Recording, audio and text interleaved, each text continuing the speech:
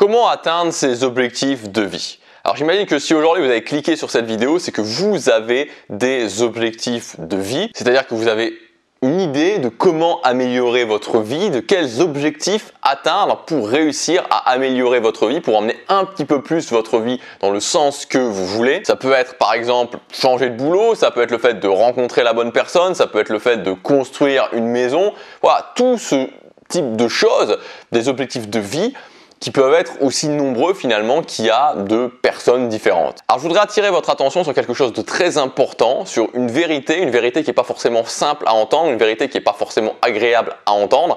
Et peut-être que beaucoup d'entre vous vont quitter cette vidéo parce que voilà, juste après que je vous ai dit ça. Mais encore une fois, comme je le répète souvent, mon but c'est pas de vous dire ce que vous voulez entendre, mon but c'est de vous dire des choses que je considère comme des vérités, des choses qui vont au final vous faire progresser. Peut-être qu'il y a des gens qui vont me détester par rapport à ça, mais ceux qui vont l'admettre sont des gens qui vont progresser et c'est ça qui compte avant tout pour moi. C'est le fait que par rapport à ces objectifs, vous avez de très très fortes chances d'échouer, pour ne pas dire vous avez toutes les chances d'échouer si vous ne développez pas certaines compétences. Pourquoi je vous dis ça ? Si vous regardez un petit peu autour de vous, si voilà, il suffit simplement surtout qu'on a terminé un petit peu maintenant il y a quelques temps la période de janvier, la période des bonnes résolutions, la période où tout le monde se fixe des objectifs. Si vous regardez les objectifs que se sont fixés les gens fin décembre, début janvier et ceux qui sont toujours en train d'atteindre leurs objectifs, sont toujours sur le chemin de leurs objectifs maintenant, il y en a très peu, il y en a énormément qui ont échoué. On peut dire d'une façon générale qu'il y a beaucoup de gens qui échouent sur leurs objectifs. Je veux perdre du poids, je veux changer de boulot, je veux gagner plus d'argent, je veux rencontrer la bonne personne, je veux plus être célibataire. Tout genre de choses, il y a un taux d'échec qui est absolument incroyable. Alors j'imagine que vous êtes d'accord avec moi sur ce point-là parce qu'encore une fois, c'est juste un fait. Voilà, c'est pas de l'idéologie, c'est juste un fait. Et selon moi, pourquoi il y a autant d'échecs? C'est tout simplement parce que les gens mettent leur attention sur quelque chose qui va quasiment automatiquement les conduire à l'échec. Tu vois, c'est un peu le même exemple que quand tu conduis une voiture. Moi, je me souviens, c'était un des premiers cours d'auto-école que j'ai eu. Et voilà, j'étais pas spécifiquement à l'aise. Moi, enfin voilà, à cette époque-là, j'étais très mal à l'aise. Quand j'avais 18 ans, j'étais très mal à l'aise socialement. J'étais vraiment très renfermé sur moi. Et il y avait plein de jeunes autour de moi, ou par exemple au lycée dans ma classe, qui étaient là, ouais, je vais apprendre à conduire, c'est génial.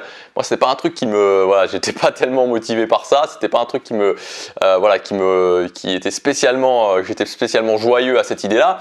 Et je me souviens, une fois que j'ai eu mon code, le premier jour où je suis rentré dans la voiture avec le moniteur, j'étais un peu, je savais pas trop.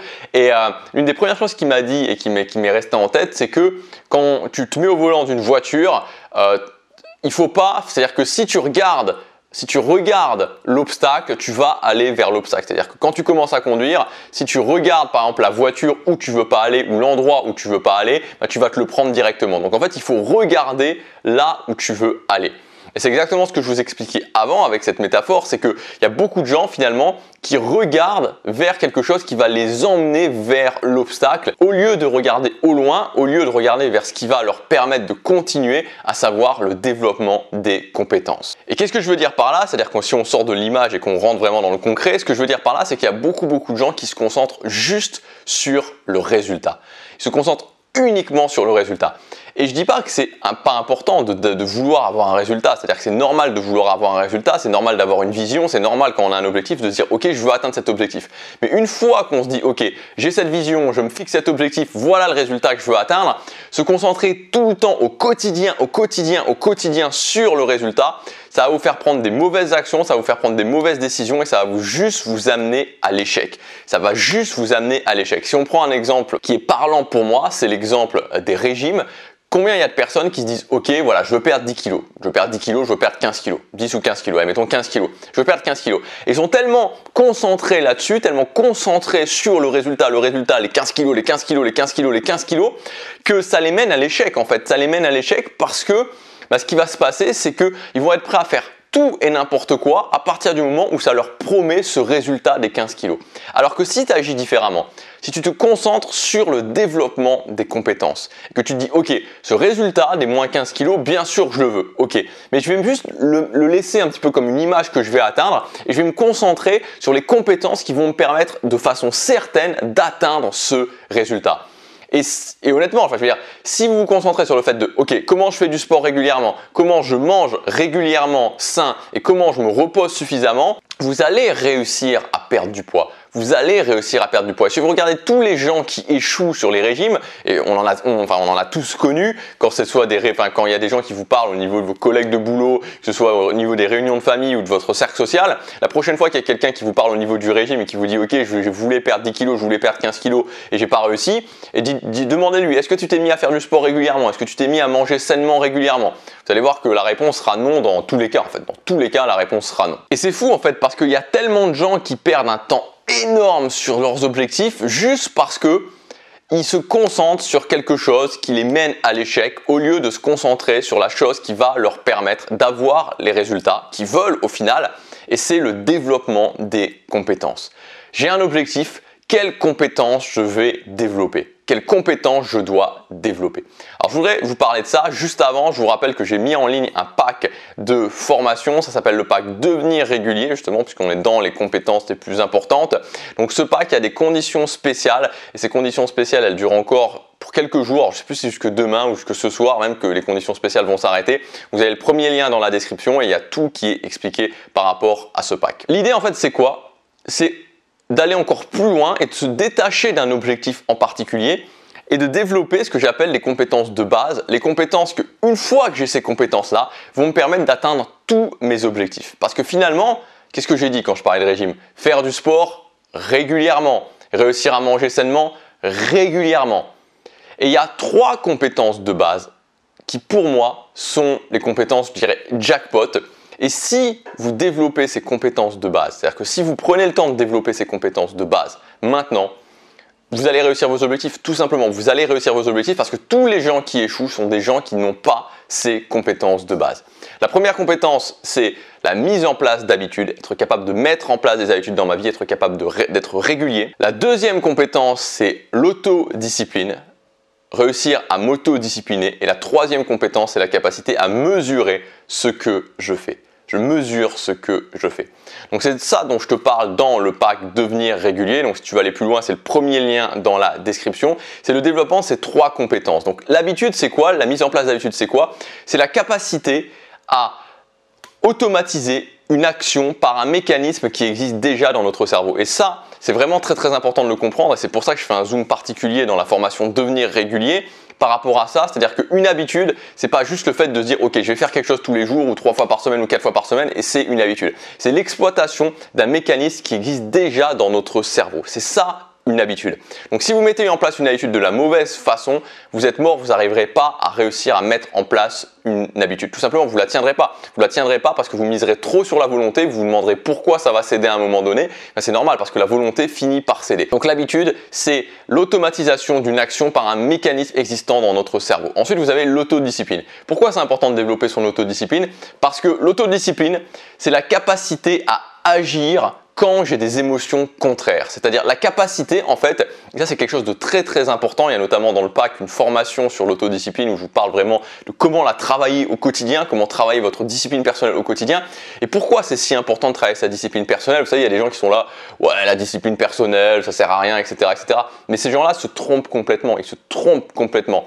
En fait, la discipline personnelle, c'est pas, et c'est souvent, enfin c'est un cliché, je veux dire, mais la discipline personnelle, c'est pas être un moine et puis le matin faire son lit au carré comme ça et puis aller méditer et puis voilà, et faire plein de choses qu'on n'a pas envie de faire. C'est pas ça la discipline personnelle.